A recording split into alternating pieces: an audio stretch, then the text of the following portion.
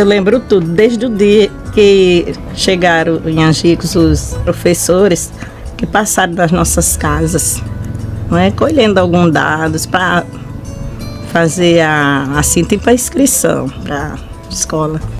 Não, eles só falavam que ia ter essa aula, né? Ia vir essa pessoa, mas não dizia quem era, né? Só fazia dizer que ia fazer a matrícula da gente, pra gente estudar com ele, mas dizendo o nome, mas não dizia quem era ele, né? Ele veio 3 vezes. Ele ensinava, cuidava da gente, perguntava de tudo, ele perguntava de como a gente vivia, como era a vida da gente, tudo, até como se fazia tijolo, ele perguntava. É importante saber ler, porque o camarada sem saber ler é um burro velho. Como é que se diz? O camarada não sabendo ler, para ele não tem graça na vida, tem não? Não. Quando a realidade faz sentido, ela se traduz e se materializa na escrita de quem passa a entender e compreender o mundo onde vive.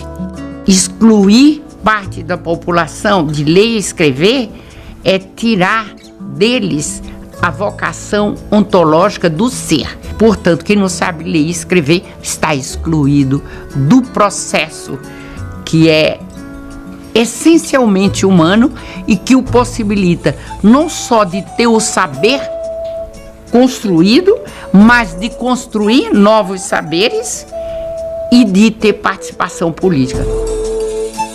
Paulo Freire, educador pernambucano.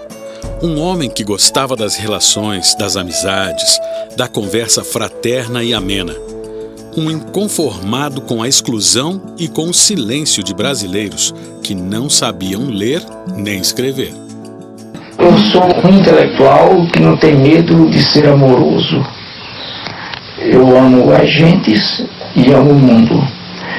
E é porque amo as pessoas e amo o mundo que eu brigo para que a justiça social se implante antes da caridade. Paulo Freire é quase um gerúndio, né, como pessoa. Ele é um sendo, né? Quem sendo Paulo Freire? Porque Paulo Freire, como tem uma obra que é significativa, tem toda uma história que é marcada e remarcada e reinventada, tem toda uma produção ética, estética e ao mesmo tempo filosófica que nos inspira, ele não foi, né? E ele não é. Desse ponto de vista, é muito mais um sendo.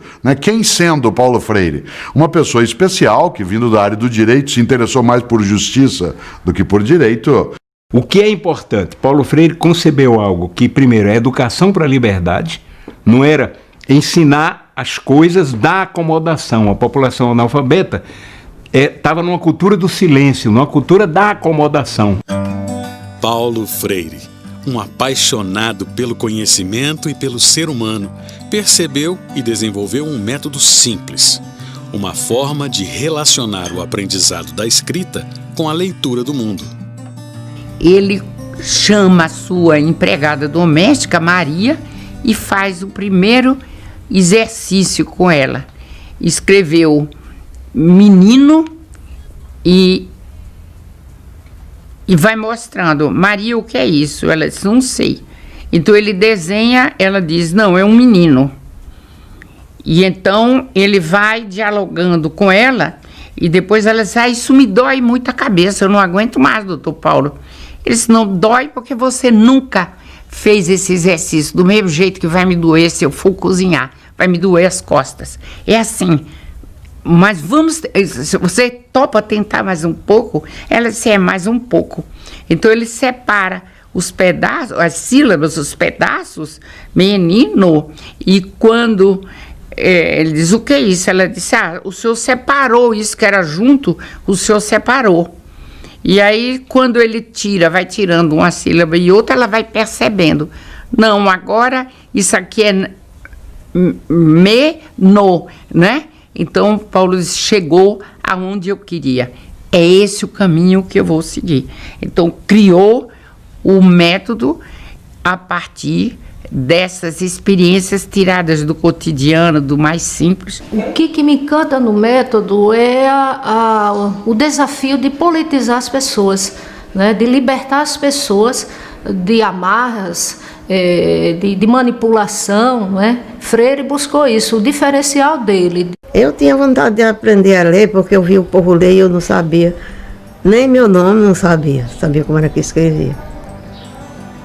Aí Paulo Freire dizia, se você assinar o seu nome, já é muita coisa que você assina seu título. Você já é cidadão brasileiro, porque você assina seu título. Há 50 anos, o desafio foi lançado, aceito e conquistado. Numa cidade no interior do Nordeste, no Rio Grande do Norte, a 176 quilômetros da capital, Natal. Em Angicos, uma pequena cidade no sertão do Rio Grande do Norte, à beira da antiga estrada de ferro, começaram uma revolução. Sua primeira fase durou apenas 40 horas. O alvorecer de autêntica reforma de base que está repercutindo em todo o Brasil e que possivelmente logo envolverá o país inteiro.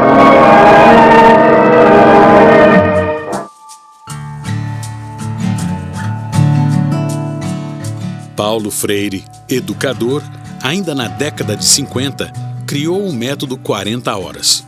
Um processo de mudança pedagógica vasta e profunda.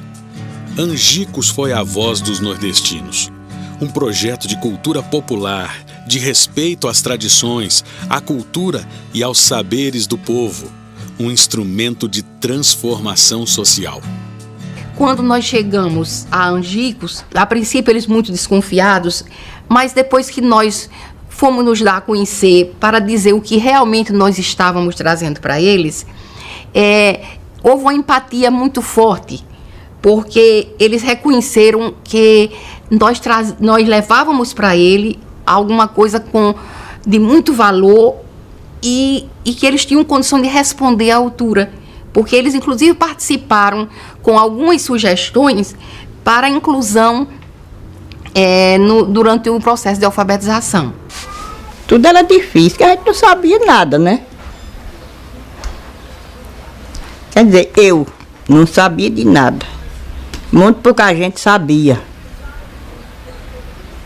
Hoje em dia todo mundo já sabe um pouco ou muito. Todo mundo sabe.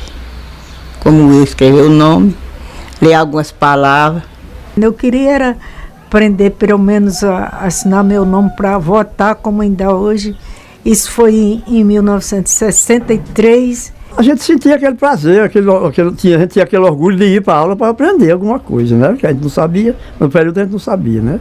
Há 50, 60 anos atrás, quem é que sabia de nada? Quando nós fomos informados da existência de um projeto a ser desenvolvido, que estavam recrutando voluntários universitários para participar de um projeto de alfabetização de adultos em 40 horas. O secretário de Educação, Calazans Fernandes, identificou o Paulo Freire, através de amigos, e nós, do movimento estudantil, também identificamos o Paulo Freire como um parceiro interessante. Nesse momento, o Paulo Freire aceitou de vir trabalhar no Rio Grande do Norte com o governo Aloysio Alves, mas impôs algumas condições. Uma das condições é que ele queria ter autonomia pedagógica e política total e queria que o programa fosse entregue à liderança estudantil. As palavras como verdadeiras geradoras do conhecimento, refletidas nas paredes, projetavam a realidade e aos poucos começavam a desenhar o futuro. O início de uma jornada onde as palavras do cotidiano passariam a fazer sentido para 380 alunos de Angicos. Pois é, para a gente foi uma surpresa e é uma palavra que nós não conhecíamos. Belota, a primeira palavra, foi algo que, primeiro, era original. Segundo, bem simples, fonemas bem diretos, bem simples. E lindo, porque belota é um enfeite, berloque, um enfeite nas celas, um enfeite em arreios dos cavalos, um enfeite nas casas, etc. Era belota, era na cartilha de ABC, como hoje ainda chama, cartilha de ABC, né? Aí tinha a história de ler, um C, um A, C, A, K, um C, um O, C, O, CO. Aí o meu avô, meu pai de criação, dizia que eu não dissesse a palavra seu cu, que seu cu, né? que aquela palavra era horrível, não era para mim dizer. Ave Maria, eu lutava muito, só faltava morrer para não dizer aquelas palavras. Passava os retratos, passava os filmes. Passava aquele por cá, passava o filme do tijolo. Aí ele ia dizer para que se viu o tijolo. Passava o filme do prédio, aí ele ia explicar por que não entrava lá. Em Angicos, né, foi um momento político fundamental, um momento de criar, né, de ter uma visão diferente da educação, de realmente buscar não parte de cartilha, que até então, né, a cartilha, o manual era muito presente no processo de alfabetização. O número de pessoas que falam que não, eu fui alfabetizado usando a cartilha, não sei dos quantos. Inspirado, digamos assim, nas ideias Paulo Freire, nós considerávamos o universo vocabular do aluno, ou seja, o local onde eles viviam, mas nós considerávamos todas as outras questões que diz respeito a qualquer método no sentido de alfabetizar. E para nós, o entendimento da filosofia freiriana, que orienta a prática do educador, fincada nessa leitura de mundo, na compreensão que o aluno tem, que o educando tem, da vida dele, da realidade social, para que ele releia essa realidade e ele se aproprie de novas leituras e novas compreensões. Para isso a gente selecionou mais ou menos 13 a 16 palavras geradoras, que progressivamente tem os fonemas que nos permitem de aprender a ler e escrever toda a língua brasileira. E a pedagogia freiriana, ela tem um fundamento na leitura da realidade. Então, acho que o mais forte é isso. E a dialogicidade, não é o diálogo entre o que sabe e o que não sabe, mas a relação dialógica de Paulo Freire, acho que está muito forte.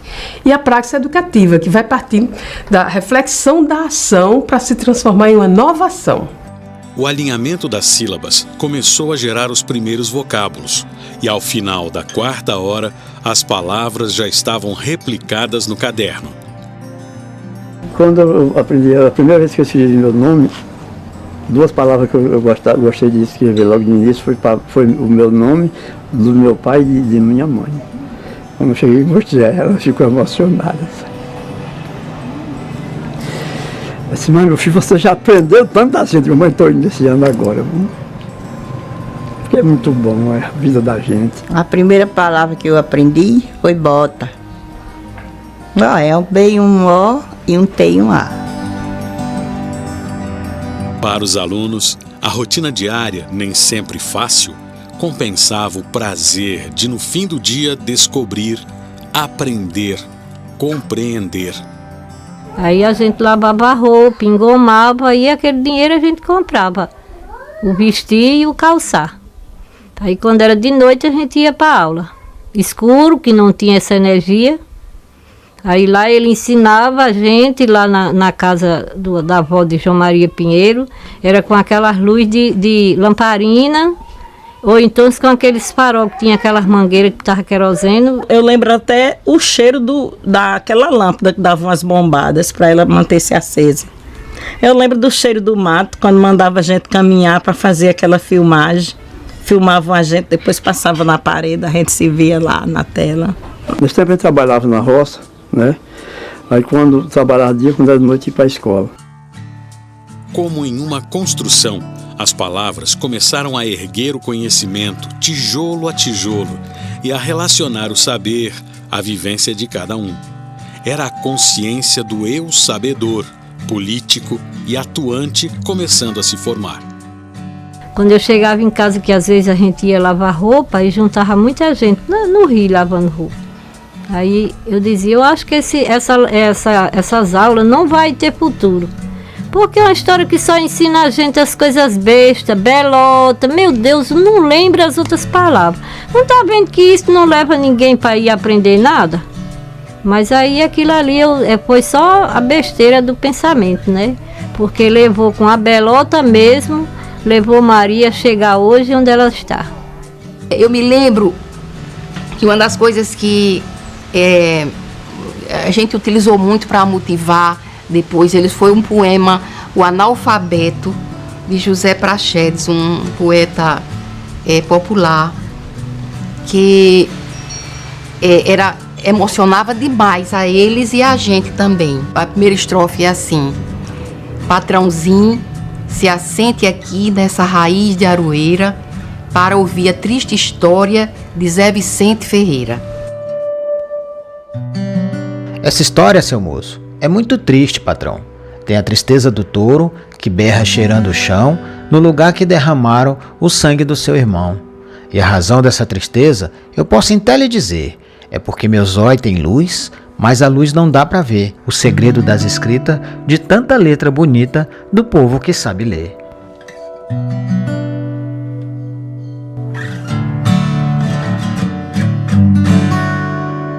Não é dar aula sobre povo, democracia, mas arrancar deles o que eles pensam. Quem vende o voto é a massa. Povo vota com consciência. Através da educação, dessa educação política, né, ele queria imprimir isso nas pessoas, de que as pessoas participassem mais da vida na sociedade, né? O presidente da República, João Goulart, com a presença de vários governadores do Nordeste, participou do encerramento das 40 horas.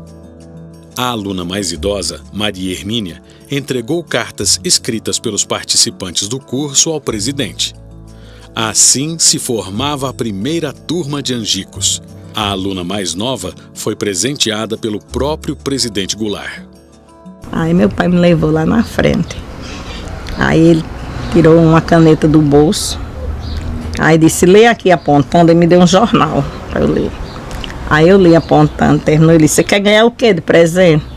Aí eu disse, uma bolsa que eu vou entrar na outra escola, aí quero levar meus cadernos para a escola.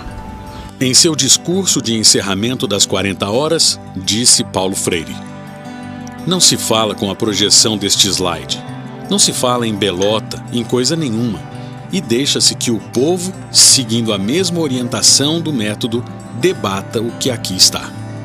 O Castelo Branco pediu para sentar junto de Paulo na hora do almoço, depois da formatura. Aí ele disse, professor, depois que eu ouvi o discurso de um lavrador daqui, dizendo que quem aprende a escrever pode fazer uma nova carta, que era uma nova Constituição, eu estou achando que o senhor não é só dito que é subversivo, o senhor é de fato subversivo. Aí Paulo disse, pois é, general, eu sou subversivo sim. Eu subverto, minha intenção é subverter a ordem social injusta.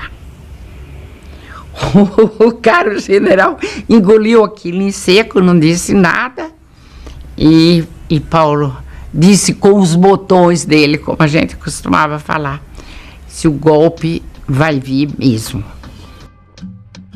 Na época, o Brasil vivia a iminência da ditadura. Alfabetizar, conscientizar, tornar o cidadão conhecedor do seu papel por meio da leitura soava como uma ameaça. Naquele tempo da Revolução Militar, que aquele homem era comunista e vinha botar a ideia comunista na cabeça do povo. Aí ele é de Pernambuco, esse Paulo Freire, que já morreu, é de Pernambuco. Agora ele não veio sozinho não, ele trouxe muitos com ele. Agora como ele era o cabeça, só caía tudo em cima dele. Aí depois veio uma conversa que tinha ele, Paulo Freire, era da parte dos comunistas, e por isso tinha se acabado tudo.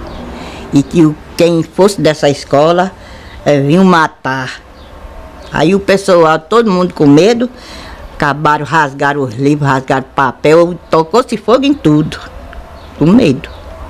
Os alunos foram ameaçados de terem sido manipulados por uma experiência qualquer comunista que pretendia subverter a ordem. Nós não víamos nada de maldade naquilo, pelo contrário, nós tínhamos produzido algo que era de muito valor para as pessoas e as pessoas davam conta disso. Mas isso deu um resultado que foi nefasto na época. Nós vimos os colegas presos, Paulo Freire preso, depois exilado, sofrimento muito grande das pessoas e das famílias, e nós fomos aconselhados a não nos encontrar mais. Terminou sendo um momento, né, por mais contraditório que seja, né, o momento em que ele teve, né, indo para o Chile, e quando ele consegue realmente elaborar melhor as suas ideias, então nos expõe escrito. A filosofia de ensino Paulo Freire colocou a educação como um espaço de transformação social e hoje está difundida no Brasil e no mundo. Paulo Freire foi um grande educador. Deixou uma contribuição enorme para nós brasileiros.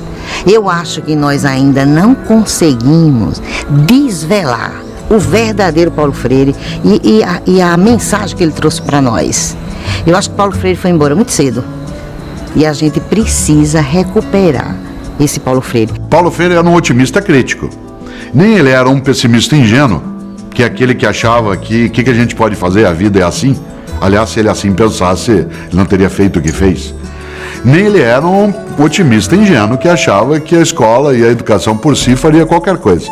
O que mais define a postura dele em relação a isso é a clássica frase: a educação e a sociedade não mudará sem a escola, né? Mas a escola sozinha não muda a educação.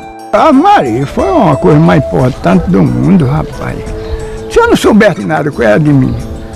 Quando ele veio 30 anos depois, aí ele também me perguntou: se o presidente hoje perguntasse o que você queria ganhar, o que era que você respondia? Eu digo, eu não ia pedir mais uma bolsa, porque era pessoal, eu ia pedir um salário digno para os professores.